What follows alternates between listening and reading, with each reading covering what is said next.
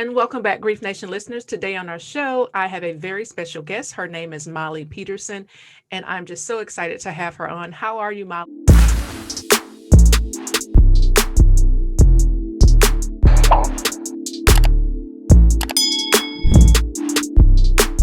Thank you for being here.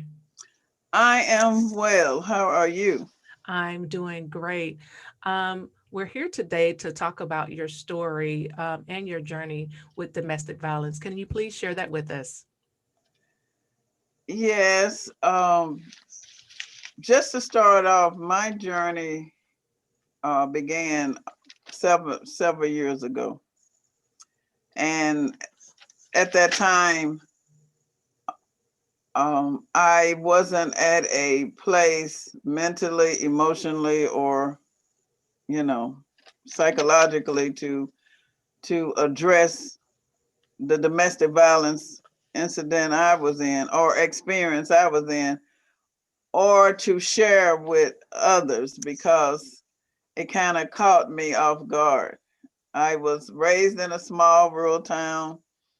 Uh, I was everything was sheltered because at the time I was raised, everyone you basically were in church, you know, a lot through the week on Sundays. So parents were pretty strict and there wasn't a lot of room for experience in life. So dating was not an option. um Talking on the telephone was not an option. And so when I became a young adult out of high school, the world was just I became just introduced to the world as it is what I'm saying. It became a reality. So I moved from Missouri to Michigan and with someone that I knew, went to high school with, graduated. He went to the service. I went on, we didn't see each other for a few years. Came back to town. We became involved in a relationship and we decided to move out of state, as a couple. And so that was the beginning of me trying to learn how to not only live life from a small town perspective, but where I live in Michigan is considered a small town, but it really is not. If you're from a little small rural town, it's big enough. Mm-hmm. So I had a lot of just unrealistic ideas of what relationship was and what being a parent, a mother was, and what being um a young adult. Mm-hmm. A lot of misconceptions. So we started. We moved to Michigan, moved in with a relative of his, and eventually got our own apartment. And it really started at that time. I just didn't realize it at that time because like he wasn't verbally abusive. It was like the disappearing and not knowing where he was, and I was by myself and didn't have family in the community and didn't know people. So it's kind of like that was emotional abuse, but I didn't realize it. And it so we went from that to me trying to stay me believing that we would get married one day. That was the goal, to get married and become a family. So once we moved into a place of another place that was nicer and had more room, that's when I saw the changes. Like I never could determine if he was using drugs or drinking because I wasn't experienced with that either. I Mm-hmm. wasn't around that, and I didn't have family that partied and did that. So I just knew his behavior was changing. He wasn't acting like himself. So that's when the verbal and emotional abuse started. And then it went to like down, putting you down and saying things that were just didn't make sense. And like when I would go to work and come home, and I basically was just, that was it, working and coming home. But I would come home and he would be just like from 0 to 100 real fast, and started accusing me of messing around or doing things that, even being at work, it got so bad that I ended up sometimes having to walk home. He wouldn't even pick me up for work. I didn't have a car of my own, so I ended up walking home. Of course, I couldn't share this with anyone Mm-hmm. because I was embarrassed and shamed. Even on the job, I didn't share it with anyone because I didn't want them looking at me a certain way. I was very conscious of my. Of course, I was smaller back then, but I've always been tall, and Mm-hmm. I've always been the type of woman that when you go through things, people start um, judging you. Mm-hmm. Like, well, how can you let that happen? You look like you. They really don't know when a person get inside your head. It's a little bit. It goes further than looks. Is what I'm getting at, Yeah. and you begin to not see yourself as you did when you came into the relationship. Mm-hmm. So it's like walking on eggshells, if you hear people say that, where you're trying to make peace and you make sure you don't do things that cause this person to go off on you or to jump on you because you just want you just want things to go smooth.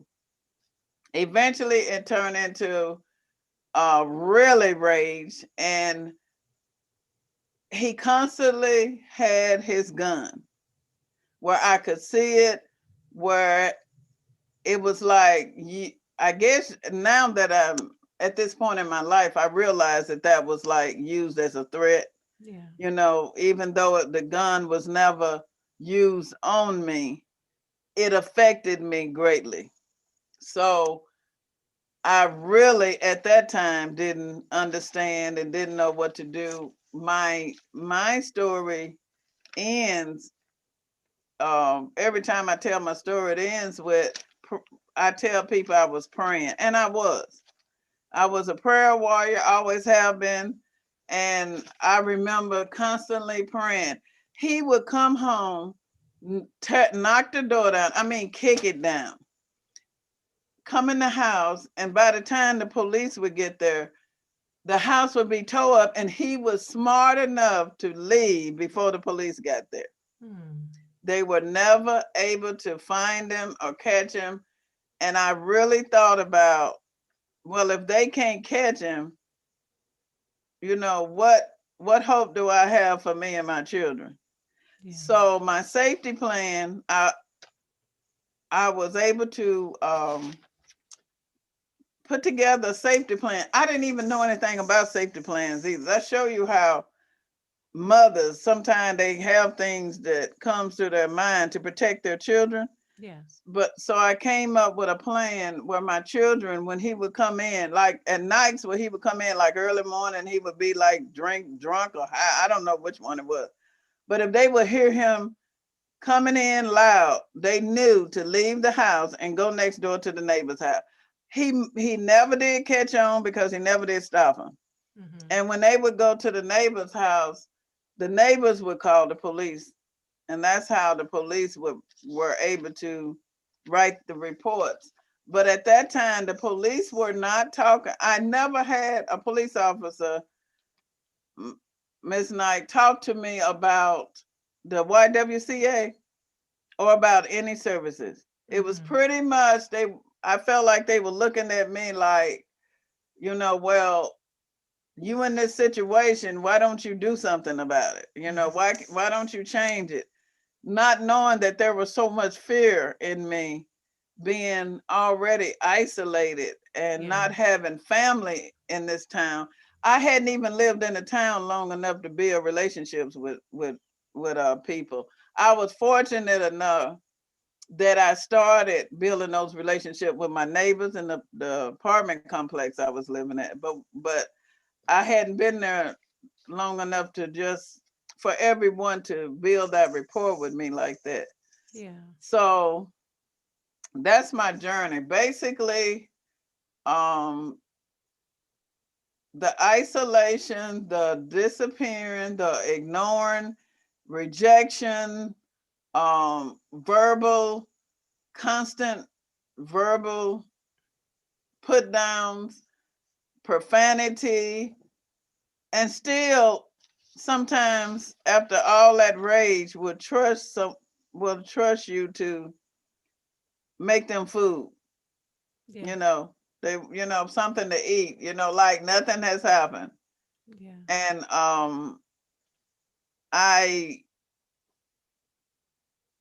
I didn't end up in the hospital, but there were several times where the police tried to get me to go to the hospital because he had broke so much stuff. He had ended up breaking chairs over me and tearing, but I never would go to the hospital because I didn't want to leave my kids.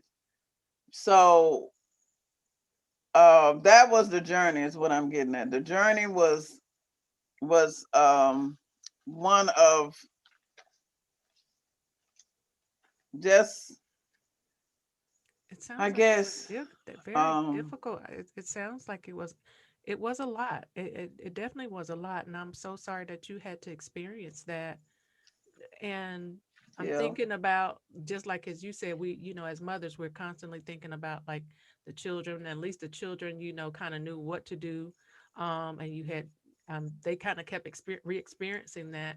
So I want to yeah. know, as they was as they kept re-experiencing that, how did this life of abuse affect you and your family years later? Before he ended up leaving, I did get pregnant by him. So we have a son together. Okay. And so how can I say this?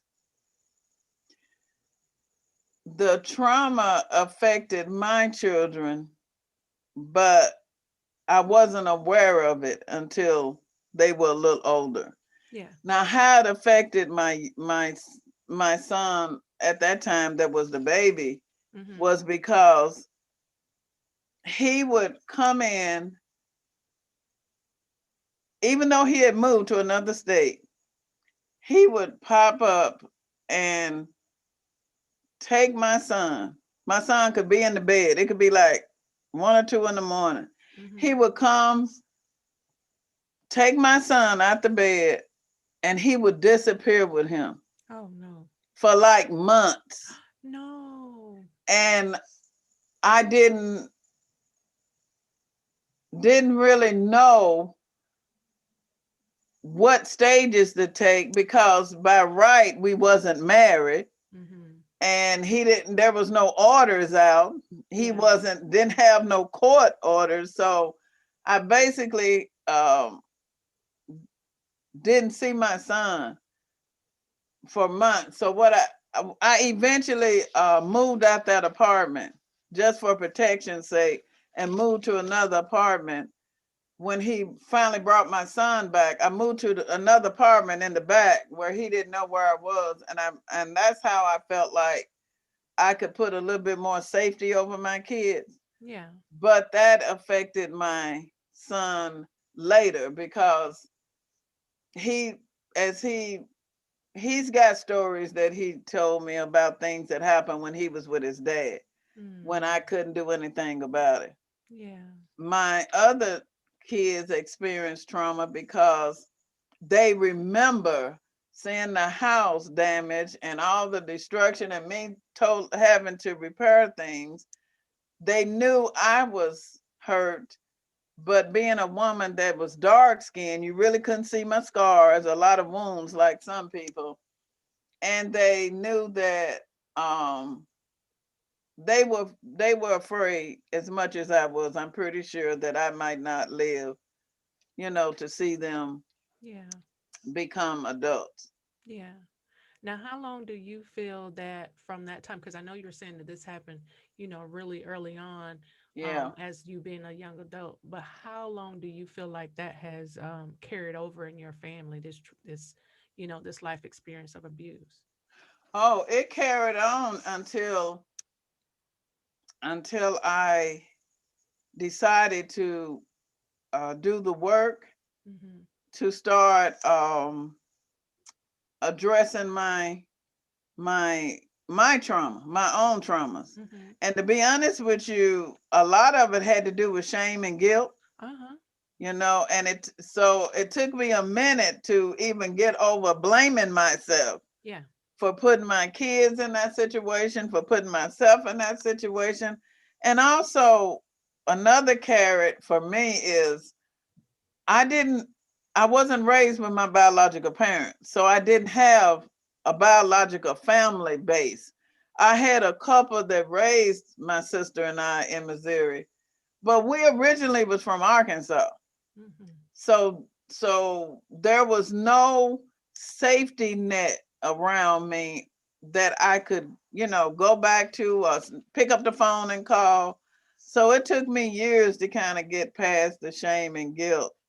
Yeah. And eventually, when I started to work to begin healing my inner self and the trauma issues and everything, it also helped me to heal the wounds of being from the inner child, because you Yeah. heal from the inside out. Yes. Yes. So those things begin to heal. Oh. Once I healed me, I went back and started to work on my kids. Mm. And even though a couple of them were adults, it was okay because I had to start doing the work. I Yeah. didn't want them to just walk around looking at me like, um, oh, mama just got over this and it's moving on. No, you don't get over it. Yeah. It's something that you carry, but I didn't want them to, especially the sons, I didn't want them to have that as a model Yeah. for how they treat their women and families. And I didn't want my daughter to know that things happen, but you have to be able to get the work done on. You have to do the work yourself. Yeah. To don't be afraid to go to therapy. Don't be afraid to get what you need to heal. Absolutely. So I just kept working on myself. That is so beautiful. I'm so grateful to you for being here today and that you're sharing that it doesn't, no matter how long it takes, that you still was, you had decided. And I kept hearing you say this word that I say often, that I showed up for myself and I just simply decided to do something differently. I started working on myself, and then you Yes. went back to, help your kids through this. And I'm sure you start having conversations with them. That is a good Yes. model for anyone that is experiencing this at whatever age or level that they are in their life, that you can still go back and repair some of those hurts and pains, and still openly have these conversations with your children at no matter what age that they are, because they need to hear it come from you. It shouldn't be Yes. after the fact that you're dead and gone, that it's like, oh well, I wish we would have, could have, should have had these conversations with our parents to understand, what our parents were going through. I'm so grateful that you decided to do that openly with your children at no matter what age they were, and saying, hey, yes, this did occur to us, and I'm okay, I'm working on myself, and I'm so glad that you shared that. um Yes. what resources that you can share with someone that is going through crisis, just maybe from where the city and state that you are? Well, for my state, for myself, um, a part of my journey before now was the YWCA. Mm. There was an empowerment group that I participated in. That was along with my healing. That was a few years back, and Mhm. so recent how I became decided to start my voice again, and then I give the contact because I had to no longer see my age as a barrier, Mm-hmm. because that's why um, I really want to try to use my voice to reach and teach and empower others, because we as a world, we look at age, and we define success as a certain point, in life. You should have this by ages. Mm-hmm. But for me, I had to walk through so many other barriers, Mm-hmm. and then I started working toward healing. So for women in my community, there's the YWCA. I still work with the YWCA. Matter of fact, I just um, been approved to work with them on the sexual assault Mm-hmm. program as well. Mm-hmm. So you can contact the YWCA. They have a 24-hour crisis line. Mm-hmm. And do you want me to give numbers Yes, out? please. Okay. Yes. At 269-385-3587. That's a number where you can remain anonymous and share your ask for help. There is a National Domestic Violence Hotline, which is 1-800-799-7233. There is a chat online site, which is new. Mm-hmm. It's offered by the YWCA. It's chat online site at the hotline.org. And this is for the ones who say that they may be around someone that's watching them, and they're really afraid, but they Mm-hmm. can't make a phone call because they might hear them. Yeah. So that's a hotline for that. And then we have Moms Demand Action Kalamazoo and Everytown Survivor Network. Okay. And for that resource, I just use my email address, which is molliepeterson63@gmail.com. Okay. Thank you. Thank you so much for sharing that. And what state are you in for that first number that I'm you in gave? Michigan. Okay, so Michigan, that first number four was for Michigan residents. Okay. Yep. Okay, Yes. absolutely. And during the pandemic, there was a rise in domestic abuse last year due to the shelter in order. Can you share your views or any information that you know that was happening in your They state? do partner with the YWCA. If there are homes they go to together, they take a YWCA crisis worker with them into the homes. Oh, okay. And to say, and there is no, we haven't had in Michigan any reported domestic relationship homicides during the Okay. pandemic, which was a blessing. Yes, yes. Well, that's good news to hear. Okay. And your advocacy work, and you briefly spoke about that just a few minutes ago. Your advocacy work is a huge part of your journey. How did you become involved with Moms Demand Action in Everytown? 2018, I was working with a group violence intervention program in the city of Kalamazoo, Mm-hmm. and I had a chance to meet the Moms Demand Action team downtown at a rally. And I decided to attend a few meetings to learn more about their mission and to see if I could get people in the community to become more involved. So in 2019, there was an annual service of, every year they have an annual service of remembrance vigil for victims of gun violence at a local Baptist church. So 2019, I was asked to speak. And also when I got there, one of my team members, Rick and Martha O'Million, they had a display board called Moments That Survive. And I decided to, first time, I decided to write my story. And when I wrote my story, it was like very powerful just to put on the board. And for a minute, I started feeling like, well, this is not the same. My story is not the same as everyone else's, because, that was a long time ago. I'm still here. And I had to really think about, doesn't matter. somebody could hear my story Mhm. and not have to go down this journey as long as it took me to go down this journey. Yeah. So I went from that to 2020. I was accepted. I applied for the Everytown Survivor Fellowship program and I was accepted. And I've been in the fellowship program ever since then. This All is my right. second year. All right. All right. Well, thank you so much for sharing. I think, well, not a lot of people that come through moms feel that way, but I definitely felt that way too, as far as with my story and losing my son to suicide. At first, I kind of felt like, this is not where I fit in, but, they're always embracing you no matter, you know, what has occurred in through your life.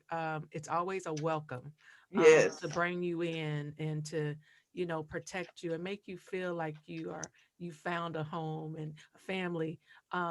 So I feel it. I know I understand exactly what you're saying. I felt that way at first too, until I start realizing because of the miseducation behind, not understanding that I was a survivor until I start learning that, yeah, okay, yes, I do. This is my home. This is my place. These are my people. So, yeah, but yeah, I'm so grateful to moms and Everytown for definitely educating us on, who it is, who has suffered, how we are all they have brought us all together because of our stories, and we yes. all are connected. So grateful to both of those organizations that really teach and help us to understand um, And they how. become our family. Yes, yes, Yeah, absolutely. They teach us, they train us, they help us with legislation and how to share our stories, even there to, to make sure we're filling in all these gaps that are constantly happening. And I'm just so grateful for both of them. Um, as the other, do you have any other organizations? I know you talked about the woman's, is it a woman's shelter or center that I hmm. keep hearing you talk about? Are there any other affiliations or partnerships that you work with? um I I've heard had many, but I've stepped down. But right now, I currently serve on a trauma recovery board, Mm-hmm. and because in Kalamazoo, the county and the city, Miami, adopted a proclamation that trauma is an issue. It's a statewide issue that Mm-hmm. they're going to address. So I was honored to be accepted on this board to kind of be a part of the change. And they have so many now. Stay Well, which deals with COVID-19 crises. They have the Lifeline, the Suicide Prevention Network, Mm-hmm. and I'm the internship coordinator. I work and advise interns that are coming through school, working on their social work degree, Mm-hmm. Mm-hmm. and hoping to be future social workers in the community. Yeah, because you're LMSW, right? Yes, Yes, yes, yes, yes. So I glad to. guess I forget to mention that. Oh, Yes, that's I okay. am. That is okay. So, with all this work that you do, and you've talked about that you support so many different organizations and affiliations, and plus, we know how hard the advocacy piece is a lot, especially around election time and all of the work that we do, and advocacy day, and we're orange events, and then our national conference. We know all of the work that we do there. So please share with my audience, what do you do as far as self-care? Because I know from the work that you do, um, can, bring about emotions and just from your past, or we're forever healing. I like to say. Yeah. So, and then you're dealing with a lot of, families that you work with. And then plus, like I said, the advocacy part. So what self-care practices do you use? For me, I even self care is even passed on to my students I work with because I had to learn the importance of self care. Mm-hmm. I was one of the parents that put everybody first and did everything for everyone else, not realizing that it's important. You can't give out what you don't have. That's the bottom line. Yes, ma'am. So I learned how to start. I've always, as I said, been a prayer warrior. I prayed constantly, but I learned how to meditate and journal, Mhm. which meditation is a little bit different because it teaches me to pause and to sit still Yeah. and to breathe. I didn't even realize when you go through trauma and you go through something real toxic, it takes your breath away. Yeah. You're just moving, moving, moving, and not even realize that you're not breathing. So I journal, I write poems, I practice mindful breathing technique, and I get up every morning. I have a gratitude book that I just force myself to write a list of things I'm grateful for. Every Yeah. day I get up. I have to stay grateful in order to not focus on everything that's happening around us Yeah. because it's too much. It takes away your energy. You cannot have the news and people and information coming 24/7 and not take step back and take a break from it. Thank you so much for saying that. And that is so true. Thank you for sharing that because um, we have all these added stressors.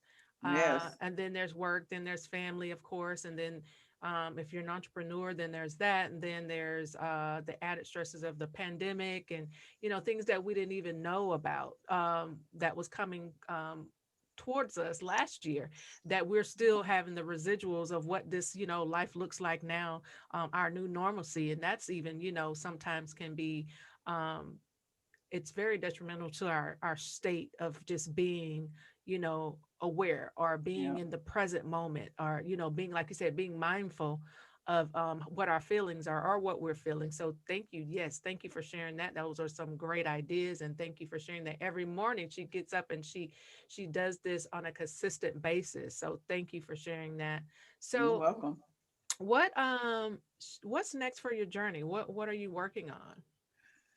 Well, my next journey, you just mentioned it when we were talking about every day. I'm established a business.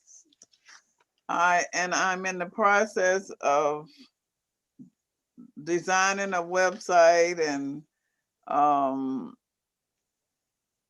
coming up with the I guess the soundbite or the brand, I should say, Yeah. branding the my business. What is it And called? I don't know if I should say the name because it's not established yet, Okay, gotcha. but basically just so people would know that it's coming. Yeah. It's something that's coming. Is Okay. this the website will be up soon. Okay. And basically I would like everyone to know that it's a project that is going to be geared toward helping others to restart, refocus, and recreate their destinies All right. and recognizing their own resiliency strengths. Okay. A lot of people talk about trauma, but very few people help people understand the skills behind resiliency and how it kept them still standing through whatever it is that they went through, but how to take that and move to the next level in their life. Mm-hmm. Absolutely. Yeah. And I think that is so amazing to help people to tap into. I mean, even though they have their own journey, all of our stories are different, but yet, I guess giving people a roadmap to kind of like what it looks like to start here or to move forward. And I think too, when I listen to people's stories or when I'm working with individuals, and everybody has their own walk of, what they've gone through, how they started. And I love to hear when people say, well, I decided. So when you decided, that was the first step. And then everything else just start really showing up for you the more you start doing the work. So Yeah. I'm so excited that you do have, you have plans that to support others and have a pretty much a roadmap of those things of what to do to continue the work of being resilient. That is beautiful. Thank you. Yes. Thank you for that. And also, um, share a personal quote if you have one. And after your personal quote, I want to know, what is your superpower? I have a lot of personal quotes, What's one of your but the favorites? one that I that stood out was is about choices, and my quote was, we all make choices, but in the end our choices make us. When we make choices, like under stress, anger, passion, and the moment, sometimes the choices lead us down a road that we don't want to go down. Mm-hmm, mm-hmm. So I try to help people understand, even when you make a poor choice, that you can turn it around Yeah, and make a different choice.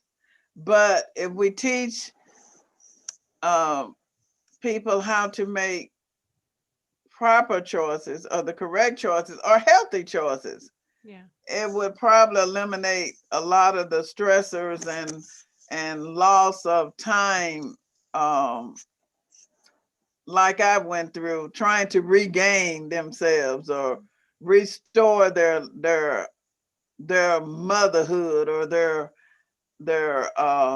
lifestyle. I want to ask a question, another question I'm going to throw in there. Did you and your family have any counseling at any point through um, all of the suffering and, anguish and everything to help deal with those, feelings of different emotions that would, pop up? Did you or your family have that, go through any type of counseling to support you? No, no, to be honest with you, I was the counselor. Mm-hmm, mm-hmm. And that once happens a I lot. once I went through my healing, I took it to them, and I had good people, I had good books, good information, Mm-hmm. and I basically, even now, I'm not a psychiatrist or a therapist, but there's a lot of advice I just get from just wisdom, just Yeah, from things I've experienced. yeah. So I'm able to kind of carry that on to my grandkids, Mm-hmm. and hope to see them change a generation. Absolutely. Wisdom trumps, some therapy sometimes at any point.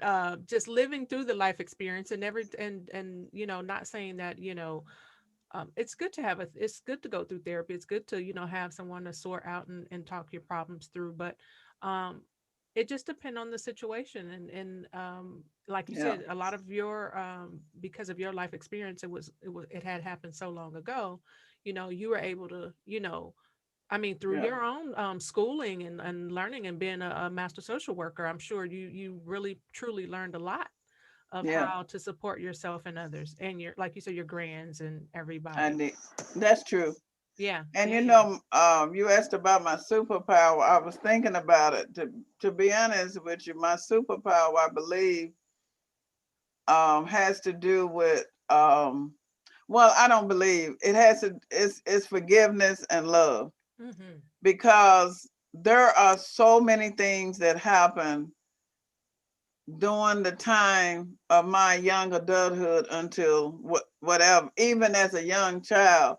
There's a lot of people that I could have been angry with, or could be angry with, or up or bitter. Yeah. There's a lot of situations, different things that happen, but I chose not to be. Mm-hmm. I learned how to address it, face it, release it, let it go, and let God. Yeah. Mm-hmm. I like that. Because when people talk about stress being a silent killer, so is bitterness. and unforgiveness. It's something that eats people alive and they don't realize it. So when I was out in the community working, Miami, and doing things, and I served on the school board, and people would see me.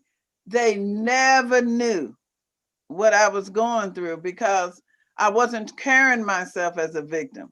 I was carrying myself as a survivor even before I got to that part. But I knew in my heart that forgiveness and love, keep loving people, keep loving my kids, you can love people even though they hurt you.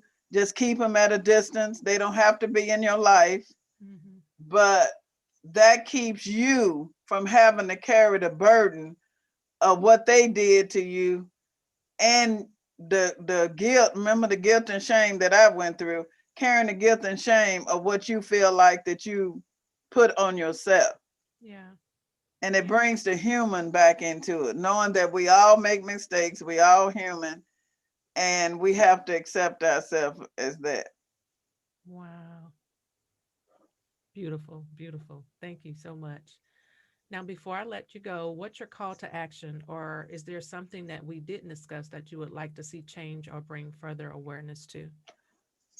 In Michigan, we're working on, of course, the gun sense bills.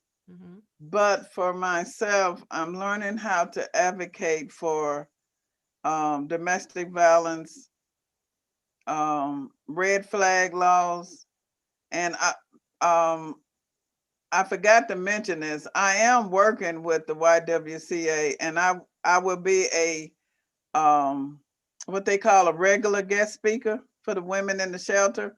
But I also will.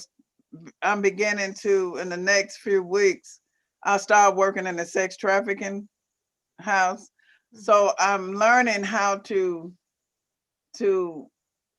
get a better understanding of what the needs are now as far as domestic violence. I know things have changed, and there's a lot of gun laws that does not cover domestic violence survivors or victims. Yeah. And I'm learning.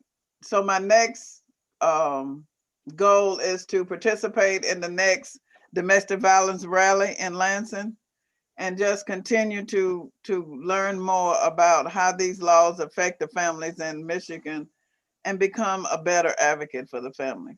Wow, that is so amazing. Thank you so much, Miss Molly, for spending your time with us today and sharing your journey and all of the insight and wisdom that you had to share with us, and teaching people that we can still, no matter how long it takes, we can still move forward and heal through this journey and share that with our family. So thank you so much for your wisdom, and I really appreciate you being on the show. You're welcome, and thank you so much for inviting me and allowing me to speak. It was an honor. Absolutely. Well, there you have it, Grief Nation listeners, and thank you for tuning in to another transformative segment on It's the Miami Night Show Grief Talk. Today, we give thanks filled with love and gratitude to our special guests for expressing your very unique grief journey and sharing ways of understanding the healing process. This is your girl, Miami Night, with much love and light until we connect again spiritually. Bye-bye. Slow mo. He's got me walking that grief one. Going slow mo. He's got me talking that grief tongue. Going slow mo. He's got me clocking the way. It's the Miami Night Show. Hey, yeah. Slow mo. He's got me walking that grief one. Going slow mo. He's got me talking that grief tongue. Going slow mo. He's got me clocking the way. What up, tribe? It's Miami Night, your master grief coach. Welcome to the Miami Night Show. You got me walking that grief walk. It's time for Grief Talk, y'all. I talk about things you think about. It's Miami Night, your master grief coach.